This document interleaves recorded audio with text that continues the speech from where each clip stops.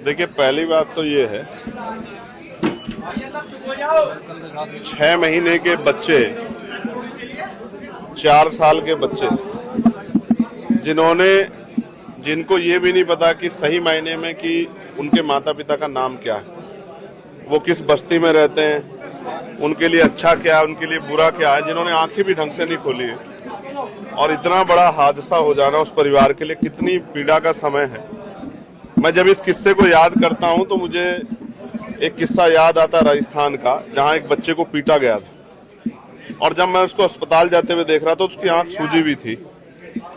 मैंने उस बच्चे को अपने बच्चे से मिला के देखा तो मुझे एहसास हुआ कि एक बाप का दर्द क्या होता है।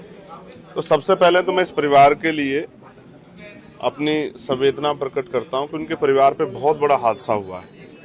6 परिवार के 6 लोग चले गए हैं, जिनको कल जो है वो, अगर आप जीवित रहते तो कोई डॉक्टर, इंजीनियर, IAS, IPS अपना कोई कारोबार करता, रोजगार करता, तो देश में, प्रदेश में अपना योगदान करता। तो उनके घर तो बहुत बड़ी तकलीफ हुई है। उसको तो हम लोग शब्दों में इतना ही कह सकते हैं कि कुदरत, ऊपर वाला उनको दुख सहने की शक्ति दे, हिम्मत और ताकत दे। मैं उनसे मिला क्योंकि हमारी पूरी टीम लगातार उनके साथ काम कर रही थी और एक एक चीज के लिए हम लोग कोशिश कर रहे थे, लेकिन मैं उनकी हिम्मत की दाद दूंगा कि जितने लोग मदद करने के लिए आए उन सबको ना कर दिया। लेकिन ये जिम्मेदारी बनती है सरकार की कि जब इतना बड़ा हादसा हो और उनका आर्थिक नुकसान हो जाए बहुत बड़ा और लोगों की जान चली जाए, तो सरकार को ऐसी जगह पे मानवता के नाते परिवार के साथ खड़ा होना।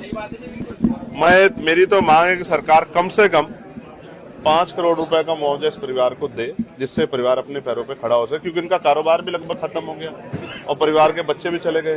तो इसके लिए मैं पत्राचार भी करूंगा, अधिकारियों से बात भी करूंगा। अभी गाड़ी में बैठते ही जो रिस्पॉन्सिबिलिटी है उसको मैं अदा करूंगा।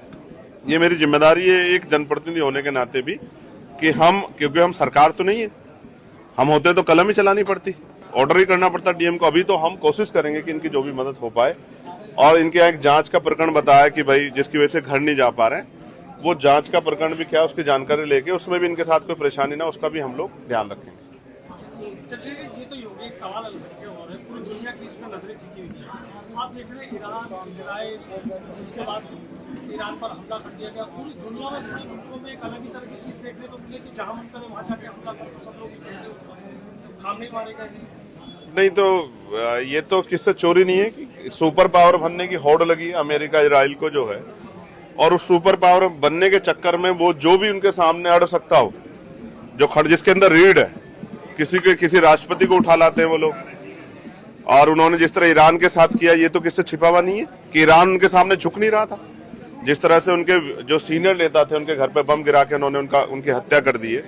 मैं एक बात बहुत इंपॉर्टेंट कहना चाहता हूं, और मीडिया के बंधुओं के माध्यम से इसलिए कहना चाहता हूं कि दूर तक जाए। देखो, ये एक शुरुआत है। जब किसी को इस तरह का बल मिलता है तो उसको ये ऐसा लगता है कि वो किसी को भी कुचल सकता है। ट्रंप ने जिस तरह से हमारे प्राइम मिनिस्टर के बारे में भी बार बार कहा कि हम उनका कैरियर खत्म कर देंगे, टैरिफ लेकर ही रहेंगे, मैं ये बात कहना चाहता हूं, ये भारत है, हमारी सरकार से वैचारिक विरोध है, उनकी नीतियों का विरोध है। लेकिन अगर हम देशभक्त इतने, अगर देश की मिट्टी पे आंच आई या किसी भी राष्ट्र को गलतफहमी हो, चाहे चाइना हो, चाहे वो पाकिस्तान हो, चाहे वो अमेरिका हो या इजराइल हो, अगर किसी को गलतफहमी हो कि वो हमारी मिट्टी या हमारे लोग की तरफ आंख उठा देगा, तो हम ऐसी ईंट से ईंट बजाएंगे कि लोग याद रखेंगे। हमारे देश से बढ़ के हमारे लिए कुछ नहीं, चाहे वो अमेरिका हो या इजराइल हो।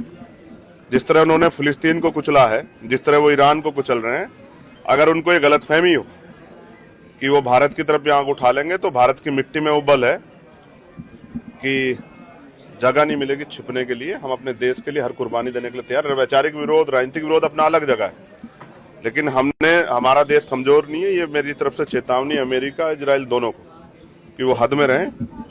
ये जो आंखें उन्होंने दिखाई हैं, क्यों दिखाई हैं, ये सबको सब जानते हैं। भारत है ये, इसका इतिहास याद रखें। अंग्रेजों को खदेड़ दिया था इस भारत ने, ये मैं स्पष्ट तौर पे कर रहा हूँ। मेरठ में कुछ चीजें हैं जो बहुत इंपॉर्टेंट है। जिस तरह से एक बच्चे के साथ MIT के इंस्टीट्यूट में पिटाई हुई, ये नहीं होना चाहिए। इस तरह की हिंसा को बढ़ावा नहीं दिया जा सकता, ये गलत। और मेरे मांग है, अभी कपसाड़ के परिवार की मांगे भी अधूरी है, मैं अभी कोशिश करूंगा परिवार से मिलूं। ये अच्छा नहीं है। सरकार की जिम्मेदारी है कि जो मांगे अधिकारी वादा करते हैं उनको पूरी करनी चाहिए।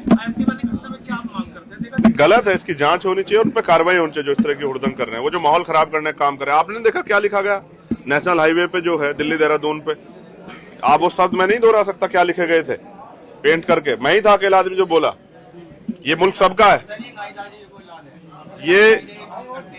ये जो है, ये देश जो है यहाँ ये सबका है देश, किसी एक जाति किसी एक धर्म का नहीं।